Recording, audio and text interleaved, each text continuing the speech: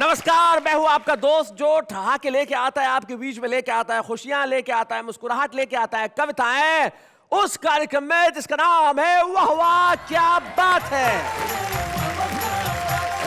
भाई जीवन की यात्रा में कई क्षण ऐसे आते हैं जब यात्राएं करनी पड़ती है। हमारे एक दोस्त हैं प्रदीप चौबे, कई वर्षों पहले की बात है।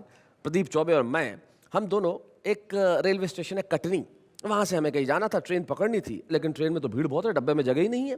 तो चौबे जी ने कहा अभी इलाज करता हूं। उन्होंने अपने झोले में से एक नकली रबड़ का सांप निकाला और डब्बे में छोड़ दिया और चिल्लाने लगे देखो सांप सांप सांप सांप। अब भगदड़ मच गई, लोग इधर उधर, खाली पूरा डब्बा खाली हो गया। जैसे ही डब्बा खाली हुआ उन्होंने कहा देखो कितनी जगह है, अब आके सो जाओ। तो 6-8 घंटे जब हमारी बाद नींद खुली तो स्टेशन था, कोई प्लेटफॉर्म था, तो एक कुली जा रहा था। तो हमने पूछा भाई साहब कौन सा स्टेशन है? बोले कटनी। बोले 8 घंटे बाद भी कटनी? बोले हाँ, इस डब्बे में सांप निकल आया था तो डब्बा कट के यहीं रह गया। लेकिन हम लोग यहां अलग अलग स्टेशनों से तो जरूर जाएंगे, लेकिन एक ही खूबसूरत हम सफर के साथ। आइए मैं बुलाता हूं मेरी साथी नेहा मेहता को।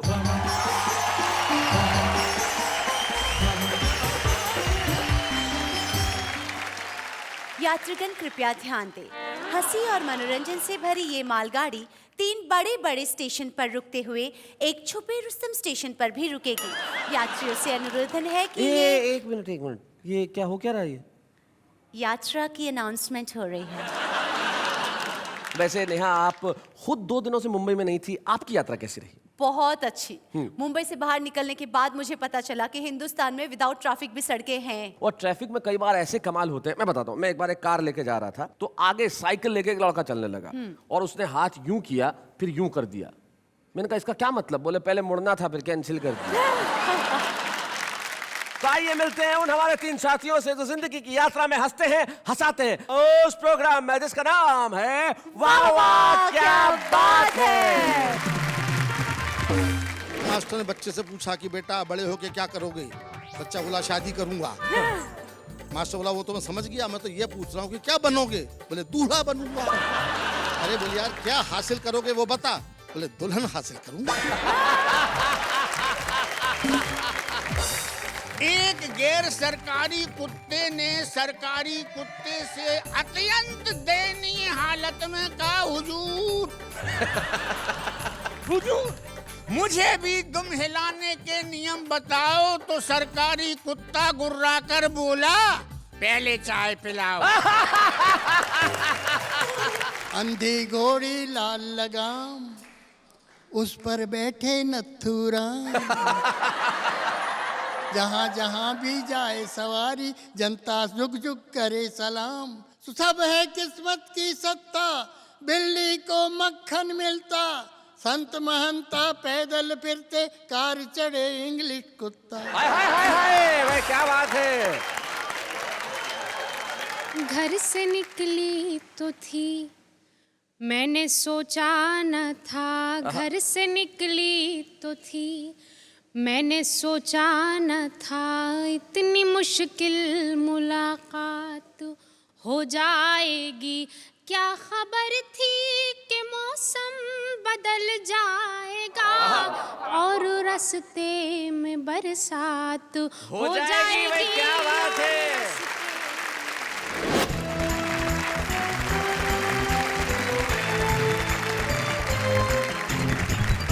तो हमारे साथ श्री प्रदीप चौबे हैं, गुरु सक्सेना है और हैं और थे के बीच की अवस्था के विश्वेश्वर जी हैं। ये हैं और थे के बीच की अवस्था इसलिए क्योंकि पंडित जी हमेशा अपनी मस्ती में रहते हैं। जहां है वहां नहीं है, जहां नहीं है वहां सदैव है, और जहां है वहां इस तरह से है कि वहां से अगर चले भी जाते हैं तो लोगों को हमेशा याद रहते हैं कि कैसे थे। प्रदीप जी आप पहली बार पंडित विश्वेश्वर शर्मा से कब मिले थे? पहली बार याद तो नहीं आता, लेकिन पहली बार ही मिला था। उस वक्त क्या प्रतिक्रिया रही थी आपकी? जिस समय मुझे याद आ रहा है कि जब उनसे मैं पहली बार मिला था, मैं उनकी गोद में था। वाह। तो प्रतिक्रिया तो उनकी, पूछो मुझसे क्या पूछते हैं। और प्रदीप जी मैं जानता हूं कि आपने गोद में क्या किया होगा जिससे इनकी प्रतिक्रिया रही होगी। बिल्कुल बिल्कुल, क्योंकि आप सदैव जहां जाते हैं अपने निशान और अपनी छाप छोड़ ही देते हैं। लेकिन कुछ लोग होते हैं जो शब्दों के अर्थ कमाल के निकालते हैं। हम कहते हैं कि आप बड़े आदमी हैं, बड़े आदमी हैं, बड़े आदमी। वो कहते हैं काहे के बड़े हैं अगर दही में पड़े हैं। अगर दही में पड़ा है तो वो दही बड़ा है, वो बड़ा नहीं हो सकता। ऐसे शब्दों के अर्थ निकालने वाले बड़े कवि प्रदीप चौबे हमारे बीच में। हम जोरदार तालियों से स्वागत करें प्रदीप चौबे जी।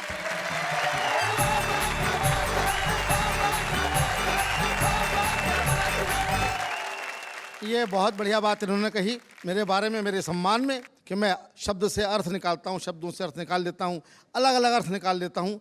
ऐसा करने की ज़रूरत पड़ती नहीं है। जब माइक पे खड़े होते हैं तो फिर हम ही सबसे बड़े होते हैं। वाह वाह वाह वाह वाह। क्या बात है। हास्य रस के कवि के पास में कॉन्फिडेंस के अलावा और कुछ नहीं होता है जी। उर्दू का एक शायर मरने के बाद में दोज़ख में गया। दोज़ख समझते ना आप लोग? जी, नर्क में गया। तो उर्दू का एक मज़हिया शायर मरने के बाद में दोज़ख में गया तो यमराज को लग रहा था कि ये घबरा जाएगा, यहाँ सीन देख के भयानक सीन होते हैं दोज़ख में तो। हाँ। लेकिन हास्य रस का वो शायर न घबराया, मज़हिया शायर, बल्कि जोर जोर से ठाके लगाने लगा। अच्छा। तो यमराज ने पूछा हंस क्यों रहा है? तो उसने कॉन्फिडेंस से कहा कि हमने किया गुनाह तो दोज़ख हमें मिली, हाँ। हमने किया गुनाह तो दोज़ख हमें मिली, दोज़ख का क्या गुनाह था दोज़ख को हम मिले। मैं बताता हूँ आपको आज क्या ज़माना बदल गया। आज की एजुकेशन, आज के बच्चे कितने शार्प हैं। किसी ज़माने में बच्चे भोले भाले होते थे, आजकल केवल भाले होते हैं। क्योंकि टेक्नोलॉजी आ गई है, कंप्यूटर आ गया है, बच्चे कंप्यूटराइज पैदा हो रहे हैं। एक मास्टर ने बड़ा भोंडा सवाल बच्चे से पूछा कि 100 चूहे खा के बिल्ली हज को चली। ये तो कहावत है, लेकिन उसने हज को गायब कर दिया। अच्छा। और कहा कि खाली स्थान भरो। 100 चूहे खा के बिल्ली चली, बोलो। तो बच्चे ने जवाब दिया कि 100 चूहे खा के बिल्ली टेढ़ी मेढ़ी चली। तो मास्टर ने चांटा दिया, अबे हज को चलिए बोलना था। बोले साहब रहने दो, 100 चूहे खा के बिल्ली अपनी जगह से हिल नहीं सकती, हज को तो क्या जाएगी। और वो तो मास्टर साहब आपका सम्मान रखने के लिए मैंने थोड़ा बहुत चलवा भी दिया। बहुत अच्छे। एक और मास्टर ने बच्चे से पूछा कि बेटा बड़े होके क्या करोगे? बच्चा बोला शादी करूंगा। मास्टर बोला वो तो मैं समझ गया, मैं तो ये पूछ रहा हूँ कि क्या बनोगे? बोले दूल्हा बनूंगा। अरे बोले यार क्या हासिल करोगे वो बता। बोले दुल्हन हासिल करूंगा। एक और मास्टर ने बच्चे से पूछा बता बेटा माँ और बाप में क्या फर्क होता है? बच्चा बोला सर माँ कहने से मुंह खुल जाता है, बाप कहने से बंद हो जाता है। वाह वाह वाह वाह वाह। बच्चा कहना चाहता है कि माँ के सामने हिम्मत लौट आती है, बाप के सामने हवा बंद हो जाती है। क्या बात, वाह वाह वाह। हम लोग तो कविताओं में एक्सपेरिमेंट करते हैं जी। जिंदगी एक्सपेरिमेंट का ही दूसरा नाम है। मुझे याद है कि एक जेल के अंदर रामलीला मनाई गई तो एक्सपेरिमेंट में जेलर को लक्ष्मण बना दिया। अच्छा। दूसरे दिन जेलर जो लक्ष्मण बना था सस्पेंड होकर रो रहा था। किसी ने पूछा क्या हुआ? बोले जिस कैदी को हनुमान बनाया था वो बूटी लेके लौटा ही नहीं। आपको जो श्राद्ध पे खाने के लिए बुलाया था ठाकुर साहब ने, वो क्या हुआ था? अब वो ठाकुर साहब ही नहीं रहे। इन्होंने याद दिलाया है साहब, मैं भी ब्राह्मण हूँ, ग्वालियर में मेरी भी अच्छी रेपुटेशन है। अच्छा। श्राद्ध पक्ष में मैं काफ़ी ओवर बुक हो जाता हूँ। एक ठाकुर साहब मेरे पड़ोस में रहते हैं, श्राद्ध पक्ष में आए, बोले चौबे जी मेरे पिताजी का श्राद्ध है, आपको खाना खाने आना है। मैंने कहा ठाकुर साहब मैं श्राद्ध का नहीं श्रद्धा का खाता हूँ। क्या बात है, वाह वाह वाह वाह वाह, बहुत अच्छे। वो समझा नहीं। बोले क्या मतलब? मैं कहा जब तेरे पिताजी जिंदा थे तब कभी क्यों नहीं बुलाया? तब कभी नाश्ते पे भी नहीं बुलाया, मरने के बाद में डायरेक्ट लंच पे बुला रहा है। मैं तेरे पिताजी का एजेंट हूँ क्या? मैंने कहा मैं तो नहीं आ रहा। तो ठाकुर बुरा मान गया, बोले नहीं आओगे तो अगले साल तुम्हारा ही मनेगा। इस बात से मैं टेंशन में आ गया। मैं उसके पिता के साथ में खाना खाने गया, पालती मार के बैठा, 3 घंटे तक नॉन स्टॉप खाया। अच्छा। ठाकुर भी मेरी क्षमता देख करके ऊब गया, बोला बीच में पानी तो पी लो। मैंने भी कह दिया बीच आने तो दे। ठाकुर ऐसा भागा फिर नहीं दिखा। इस देश में पेट की अनंत संभावनाएं हैं, पेट में कुछ भी कितना भी जा सकता है। मुझे याद है एक हाथी का ऑपरेशन हुआ, ऑपरेशन के बाद में डॉक्टर ने नर्स से पूछा अपने औजार तो गिन लिए, पूरे तो हैं? नर्स बोली डॉक्टर साहब औजार तो पूरे हैं मगर छोटे वाले डॉक्टर साहब नहीं दिख रहे। तो ये जो मेरा फूला हुआ पेट आप देख रहे हैं, ये खाने के मारे नहीं, मस्ती के मारे फूला हुआ है। लोग समझते हैं बहुत ज़्यादा खाता हूँ, यकीन कीजिए मैं बहुत कम खाता हूँ। लोगों के गम खाता हूँ, हिंदुस्तान की हालत पर रहम खाता हूँ। आप मेरा भरोसा करें तो मैं आपकी कसम खाता हूँ। क्या बात, वाह वाह वाह वाह वाह वाह। आज का ये एपिसोड चूंकि यात्राओं को लेकर के है, ज़िंदगी में तमाम यात्राएं अलग अलग प्रकार की होती हैं। एक यात्रा मैं भी आपको एक यात्रा पे ले चलता हूँ, एक अनोखी यात्रा पे। ओहो, साइंस कहता है कि मरने के बाद में 2 घंटे बाद दिमाग कोलैप्स होता है, दिल तुरंत कोलैप्स होता है, इसलिए आदमी मर जाता है। जी। मेरे मरने के बाद में क्या हुआ, जो कुछ मैंने देखा वो फैंटेसी आप मेरी आंखों से, मेरी जबान से सुनिए। जी सर। हम अपनी शव यात्रा का आनंद ले रहे थे, लोग हमें ऊपर से कंधा और अंदर से गालियां दे रहे थे। एक धीरे से बोला, साला क्या भारी है। दूसरा बोला, भाई साहब ट्रक की सवारी है। अच्छा। और ट्रक ने भी मना कर दिया तो हमारे कंधों पे जा रही है। एक हमारे ऑफिस का मित्र बोला कि इसे मरना ही था तो संडे को मरता, कहाँ मंडे को मर गया बेदर्दी, कमबख्त एक ही तो छुट्टी बची थी, कमबख्त ने उसकी भी हत्या कर दी। क्या बात, वाह वाह वाह वाह वाह। एक और बोला कि हाँ यार काम तो हमारा भी लटक गया, आज बिजली का बिल जमा करने की लास्ट डेट थी तो यहाँ पर अटक गया, अब कल जो पेनल्टी भरना पड़ेगा उसका पैसा क्या इसका बाप देगा। एक नव विवाहित मित्र बोला कि तुम्हारा काम भी कोई काम था, हमारी तो सोचो, हमारा तो बीवी के साथ हनीमून का प्रोग्राम था। अब पहाड़ों और घाटियों का सुख छोड़ के धूप में खड़े हैं, जेब में एयर कंडीशन के 2 टिकट बेकार पड़े। क्या बात है, वाह वाह वाह वाह। एक मित्र जो वाकई दुखी हो रहा था, बेचारा फूट फूट के रो रहा था, उससे किसी ने पूछा, क्या तेरा मरने वाले से इतना प्रेम था जो उसके लिए थोक में आंसू बहा रहा है। वो बोला, मरने वाले को मारो गोली भाई साहब, हमको तो अपना 100 रुपए का नोट याद आ रहा है। अच्छा। हमने अपने बाप से लेके दिया था और अभी तो उसका ब्याज भी नहीं लिया था कि ये इंटरवल भी मर गया। अच्छा। साला हमारे लिए कितना टेंशन कर गया। अब तुम हमारे बाप को नहीं जानते, इतना कंजूस है कि लोग हमको उसका बेटा ही नहीं मानते।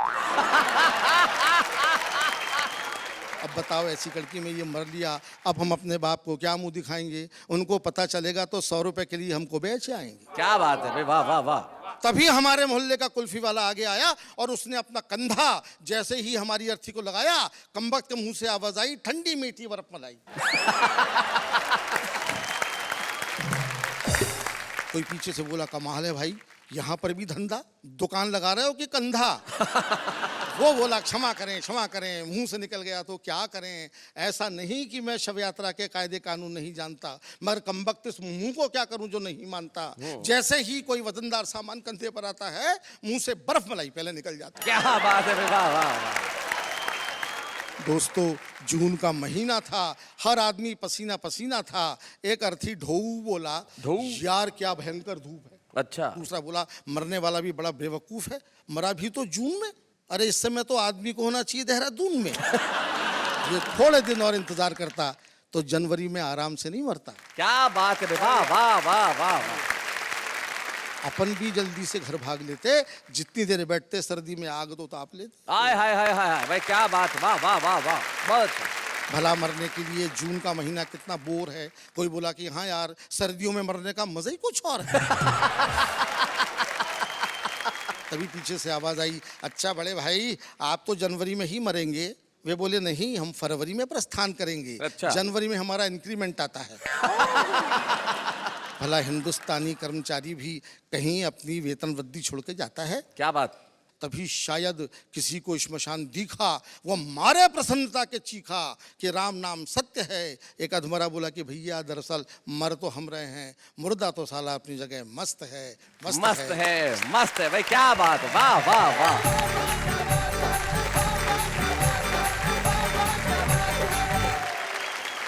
मित्रों, प्रदीप चौबे उस कवि का नाम है जो आपको हंसाते हंसाते कहीं करुणा के दरवाजे तक पहुंच जाते हैं। इस कविता में जो व्यंग्य था, सचमुच मुर्दा तो अपनी जगह मस्त है, आदमी दुनिया से चला जाता है, लेकिन उसके पीछे की जो स्थितियां होती है, तब एक शायर का शेर मुझे याद आता है। वो कहते हैं कि दीवार क्या गिरी मेरे कच्चे मकान की, लोगों ने मेरे सहन से रास्ते बना लिए। किसी का मकान गिर जाता है लेकिन लोग रास्ते बना लेते हैं। और शव यात्रा से हाथ से निकालना वैसे होता है, निकल जाता है। मुझे याद है हमारे मोहल्ले में एक कोई मर गया तो जलाने के लिए कई लोग चले गए, तो एक 90 साल के बूढ़े बाबा भी चले गए पंडित जी। तो जैसे ही वो गए तो जलाने वाले ने पूछा कि बाबा आपकी क्या उम्र है? बोले 90 साल। बोले अब घर जाके क्या करोगे? जाओगे आओगे टाइम वेस्ट करोगे, मतलब पॉजिटिव थिंकिंग है, लोग निकाल लेते हैं। और हमारी जो युवा पीढ़ी बैठी है, आपने देखा होगा, ये बाइक वाइक चलाते हैं तो आजकल देखो कट मार के निकल जाते हैं खट से। ऐसा तो एक शव यात्रा जा रही थी, सबसे आगे कोई था प्रदीप जी वैसे ही दुखी, 3 किलोमीटर तक किसी ने कंधा चेंज नहीं किया था, तो एक ऐसे युवा कट मार के निकल गया मोटरसाइकिल से। वो इतना दुखी था कि उसने कहा कि ए भाई इससे भी आगे चला जाएगा क्या? शैलेश जी, जी यहाँ सुंदर यात्रा की बात चल ही रही है, तो मैं एक जवाब दूं? जवाब दूं मतलब? सवाल किसने पूछा है? नहीं नहीं, सवाल भी मैं ही पूछूंगी। तो फिर मुझसे पूछने की क्या जरूरत है, पूछो और दो। हाँ, मेरा सवाल ये है कि सबसे ज्यादा धार्मिक व्यक्ति कौन है? तुमने अपना सवाल खुद सुन लिया तो अब खुद ही जवाब दो। सबसे ज्यादा धार्मिक इंसान according to me bus conductor है। क्यों?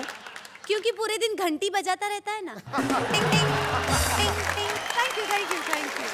बस से मुझे याद आया, एक बस ड्राइवर से पूछा बस में कितने देर रहते हो? बोले 24 घंटे बस में रहता हूँ। बोले कैसे? बोले 12 घंटे इस बस में रहता हूँ, 12 घंटे बीवी के बस में रहता हूँ।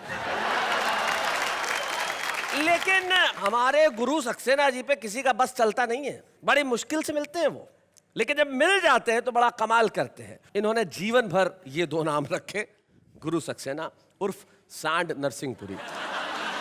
सांड नरसिंहपुरी का हास्य देश के कवि सम्मेलनों में छाया, लेकिन गुरु सक्सेना की कविताएं देश के जहन में बसी। आइए मिलते हैं श्री गुरु सक्सेना से।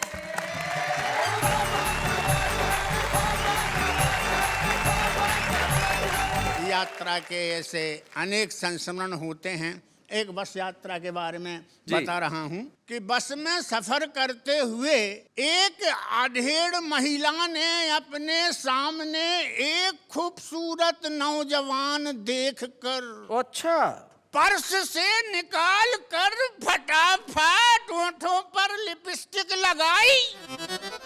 हम समझ गए कि बसंत ऋतु आई। कार्यक्रम तो हम पहले से भी करते रहे, लेकिन उस समय स्थिति ये थी कि मैंने जब पत्नी को घूरा प्रारंभ में, तो वो क्या बोली कि शक से ना देखो मुझे। अच्छा, शक से ना देखो मुझे। सक्सेना। अरे वाह वाह वाह, भाई क्या बात है। शक से ना देखो मुझे, वैसे मैं निभाया है तो ऐसे मैं निभाऊंगी। लेकिन जब इतनी लंबी यात्रा 45 साल की गुजरी, अब क्या हुआ? अब क्या हुआ? हर बार जैसे लौट कर घर आते रहे, इस बार वैसा कोई भाव ना दिखाए हो।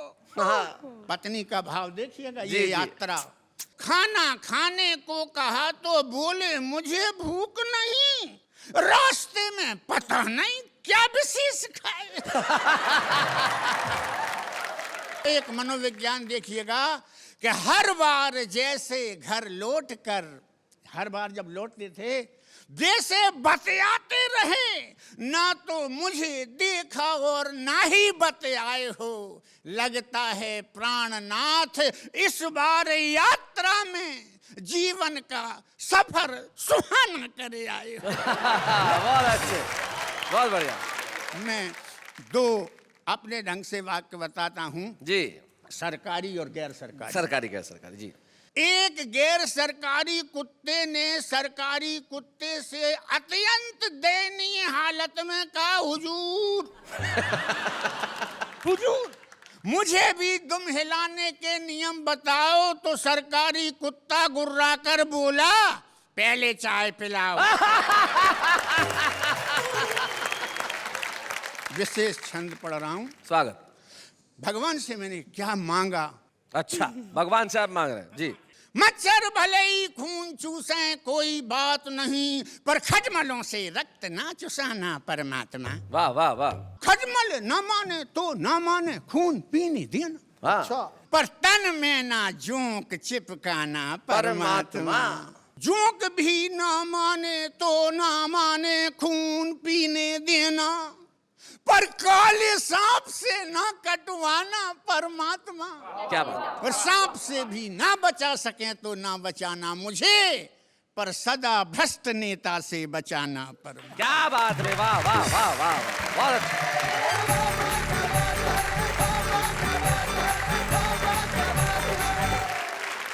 मैं निशब्द हूँ।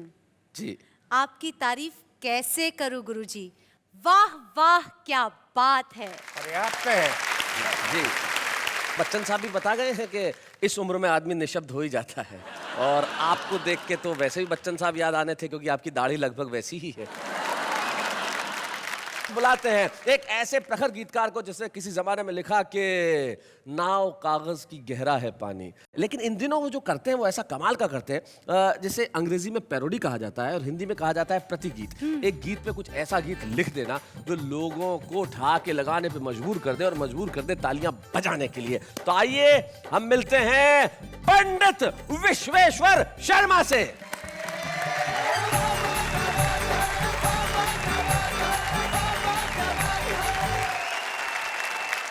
ये जो धोती और कुर्ता और आप देख रहे हो हिंदुस्तानी ड्रेस, और ये जो इस तरफ देख रहे हो आप अंग्रेजी ड्रेस, मामला बिल्कुल उल्टा है। ये सब हिंदी वाले हैं, मैं अंग्रेजी वाला हूँ। Why this Kolaveri Kolaveri Kolaveri ji? Why this Kolaveri Kolaveri Kolaveri ji We are giving, they are taking, both are corrupt. And thus corruption going on in the country straight. What can public do? What can public do? Why this Kolavari, Kolavari, Kolavari? All the leaders, all ministers, all the bureaucrats, Yes. all officers, all the clerks, all the peons, pets, Yo. all are money minded. Hi hi All are money minded. This is the democracy. हाय हाय हाय हाय, क्या बात है। This is the democracy.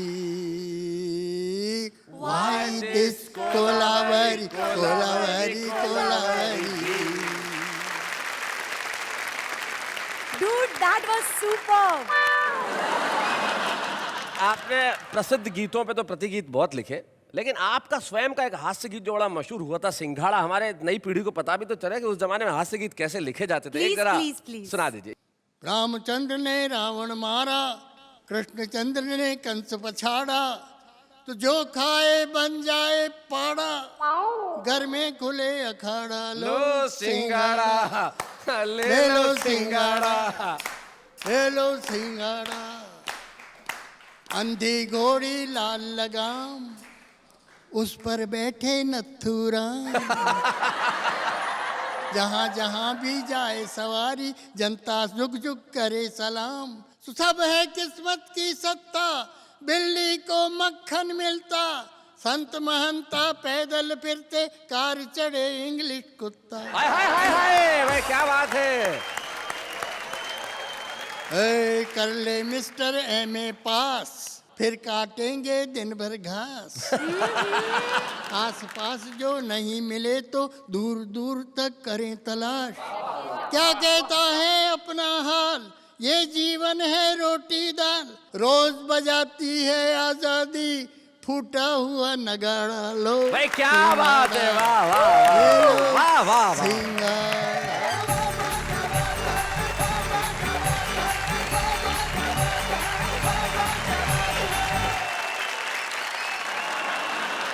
भाई पंडित जी क्या बात है, आपने कमाल किया। और मैं जानता हूं कि पूरी कविताओं में जो तालियों से आपको ऊर्जा नहीं मिली होगी वो नेहा की दो, चलिए कमाल कर दिया। लेकिन पंडित जी आप जिस ढंग से पढ़ रहे थे, जिस अंदाज से पढ़ रहे थे, तो मुझे मेरी कविता की दो पंक्तियां याद आती है जो मैं आपको समर्पित करना चाहता हूं कि छत नहीं रहती, दहलीज नहीं रहती, दीवार और दर नहीं रहता, घर में बुजुर्ग ना हो तो घर घर नहीं रहता।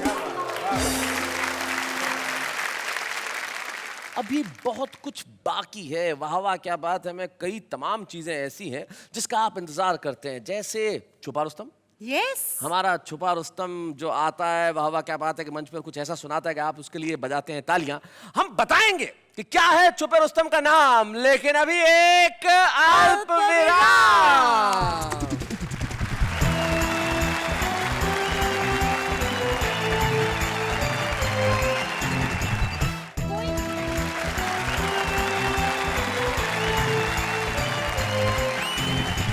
पंडित विश्वेश्वर शर्मा, गुरु सक्सेना और प्रदीप चौबे का साथ है तो फिर वाह वाह क्या बात है। वाह वाह क्या बात है में हम बात कर रहे हैं यात्राओं की। जीवन में यात्राएं करना बड़ा कठिन हो गया है साहब, पेट्रोल और डीजल ने मार डाला है। पता है शैलेश जी, मुझे तो यही लगता है कि फ्यूचर में कार फ्री मिलेगी पर पेट्रोल के लिए लोन लेना पड़ेगा। वाह क्या बात है। जिंदगी में बिल्कुल सही बात पहली बार तुमने कही है और बहुत अच्छे ढंग से कही है। बिल्कुल आगे के दौर की ठीक सोचती है ये। लेकिन जिंदगी में आगे के दौर के बारे में हमें ये सोचना भी चाहिए कि आज के दौर में क्या कुछ अच्छा हो कि आगे का दौर भी अच्छा बना रहे। हाँ, और उसके लिए जरूरी है कि कविता के क्षेत्र के अंदर कुछ ऐसे अच्छे चेहरे आए, कुछ ऐसे अच्छे नए लोग आए जो छुपे रुस्तम में आज तो लेकिन कल को बड़ा नाम करने वाले हैं साहब। बुलाते हैं आज की हमारी छुपे रुस्तम यानी कि मुमताज नसीम को।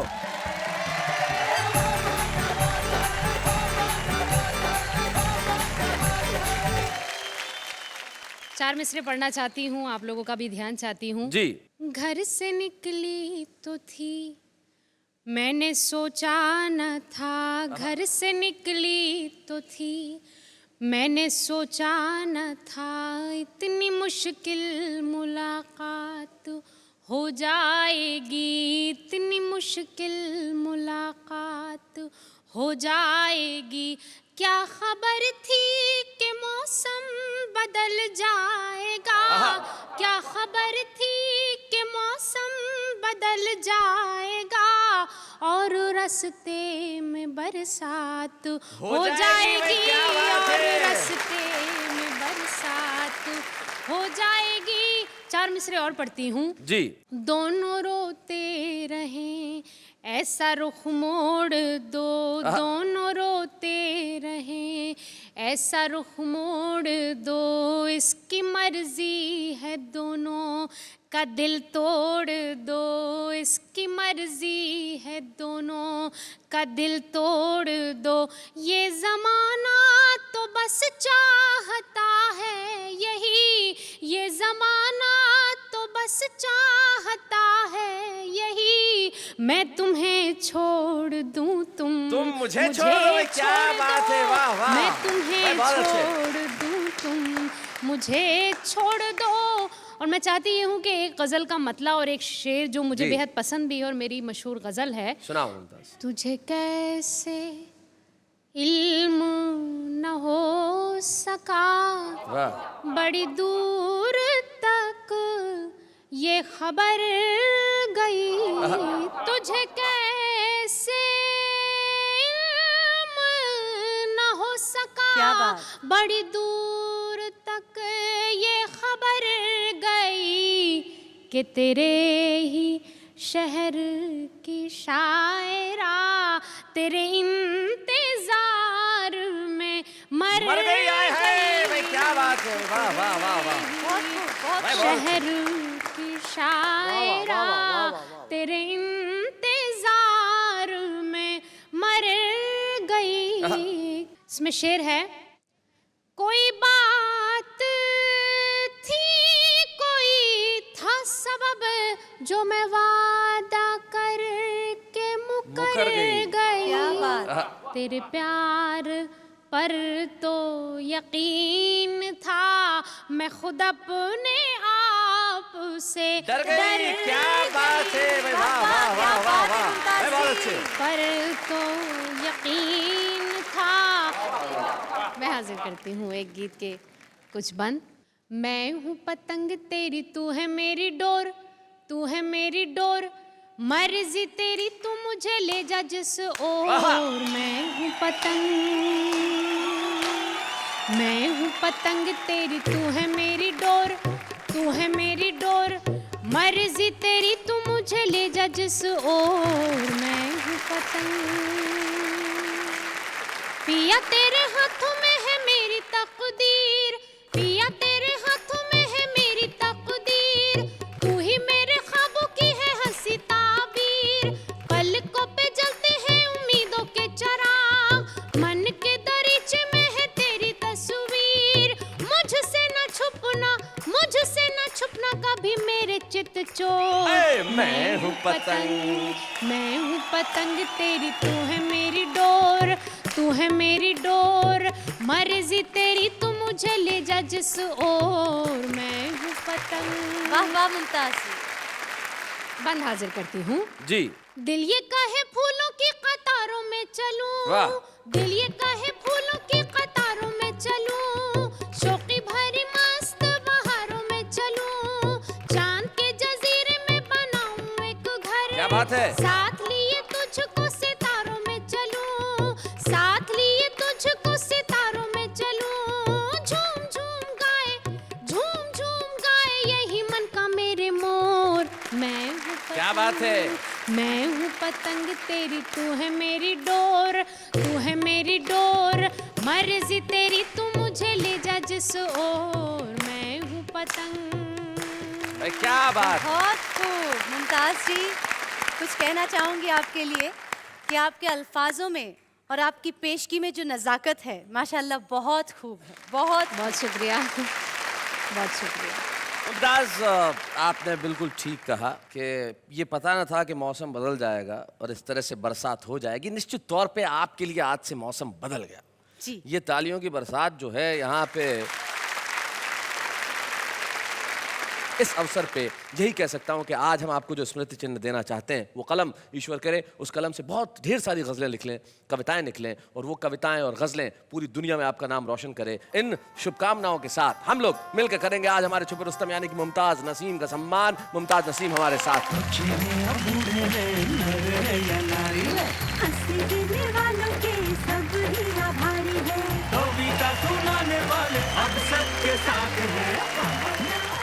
मुमताज नसीम को छुपे रुस्तम के तौर पे हमने सम्मानित किया। तब पद्म भूषण गोपाल दास नीरज जी की दो पंक्तियां मुझे याद आती हैं। वो कहते हैं कि आत्मा के सौंदर्य का शब्द रूप है काव्य, अरे मानव होना भाग्य है, कवि होना सौभाग्य। और ईश्वर ने हमें ये सौभाग्य दिया है, इसलिए हम मिलकर करते हैं ईश्वर को प्रणाम। लेकिन अभी लेते हैं एक अल्प विराम।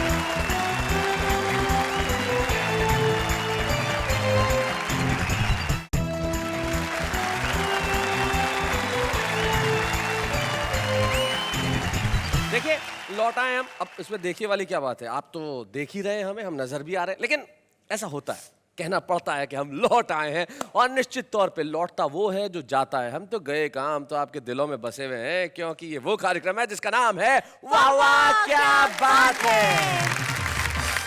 आउच! क्या हो रहा है? सलीशी, मैंने गरम गरम कविता लिखी है, सुना दो, सुनिए साहब, सुना दो, सुना दो, सुना Yes, दो। yes. जी जी जी जी। अर्ज किया है, गाड़ी बुला रही है, सीटी बजा रही है, मुझे जल्दी घर जाने दो दोस्तों, मेरी मम्मी बुला रही है। क्या बात है भाई, क्या कविता लिखी। आप तीनों के चेहरे पे जो आश्चर्य के भाव हैं वो कमाल के हैं कविता सुन के। तुम्हारी जगह तो कहीं और है नेहा, यहाँ नहीं, तुम्हें कहीं और होना चाहिए।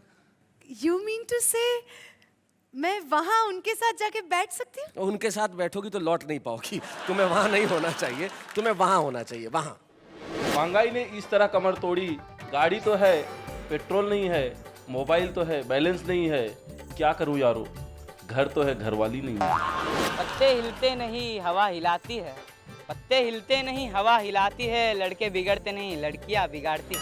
प्रॉमिस है मॉम की कमी मैं आपको कभी महसूस नहीं होने दूंगी, थप्पड़ मारकर भी मैं कभी आपको रोने नहीं दूंगी। तुम्हारी याद में रो रो के तब भर दिए, आप इतने बेशर्म निकले कि उसमें नहा के चल दिए।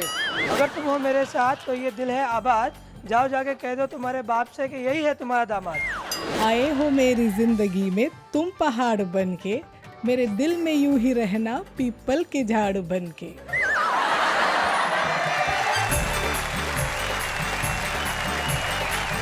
अब तुम्हें पता चला कि तुम्हें वहाँ क्यों होना चाहिए?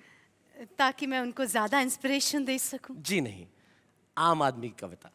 करेक्ट। आम आदमी की कविता, आम आदमी की कविता। निश्चित तौर पे हर दिल में एक कवि होता है जो यहाँ था, और ये जो तमाम कवि जिस ढंग से सुना रहे हैं हम उस भावना को प्रणाम करते हैं क्या बात है, और आप जैसा कि जानते हैं कि हमारे इस मंच पे हम एक कवि को सम्मानित करते हैं। तो आइए आज के इस एपिसोड में मुझे बड़ी खुशी है, मध्य प्रदेश में एक बहुत छोटा सा नगर है नरसिंहपुर, वहाँ से एक कवि कुछ वर्षों पहले निकले, 40 वर्षों से हिंदी कवि सम्मेलनों के मंचों पर अपनी धाक जमाई। मुझे बड़ी खुशी होगी कि आज हम इस मंच से आदरणीय श्री गुरु सक्सेना को सम्मानित करें। हम जोरदार तालियों से स्वागत करेंगे गुरु सक्सेना।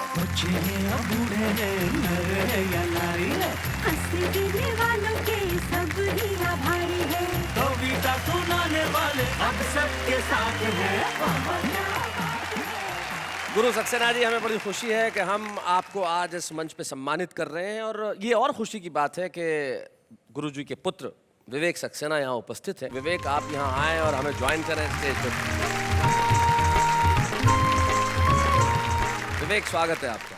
बहुत बहुत धन्यवाद सर। कैसा लग रहा है आपको, आपके पिताजी का सम्मान हुआ है? ये सिर्फ मेरे पिताजी का सम्मान नहीं वरन हिंदी कविता का सम्मान है, इसलिए मुझे बेहतर क्या लगा। बात है, वाह वाह वाह।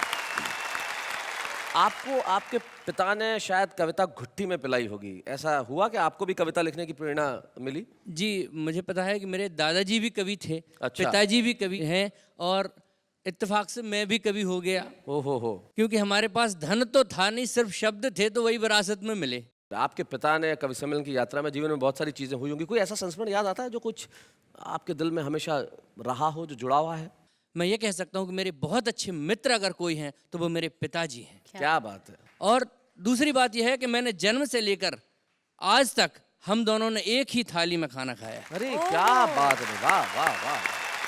एक पिता का बेटे के प्रति कितना लगाव है, ये बात मुझे उस समय समझ में आई जब पिताजी एक कार्यक्रम में बाहर गए और मैं उस समय बहुत बीमार था और पिताजी को कार्यक्रम का संचालन करना था। उसमें उस समय मोबाइल फ़ोन हुआ नहीं करते थे, तो इन्होंने कहा कि यार मेरा बेटा बीमार है और मैं इस कार्यक्रम का मैं हाथ से पढ़ने की स्थिति में भी नहीं हूँ, मैं तो सिर्फ आ गया चूँकि मैंने स्वीकृति दी थी।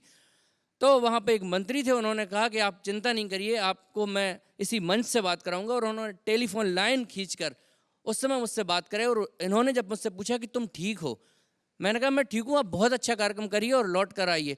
तो उन्होंने उदास मन से अच्छे से कहा कि हाँ हम बहुत अच्छा करेंगे और वो कार्यक्रम सुपर हिट करके लौट के आए। उस समय मुझे लगा कि मेरे एक शब्द ने इन्हें ऊर्जा दी है, तो मेरा इनके जीवन में कितना अस्तित्व है। क्या बात है, वाह वाह वाह।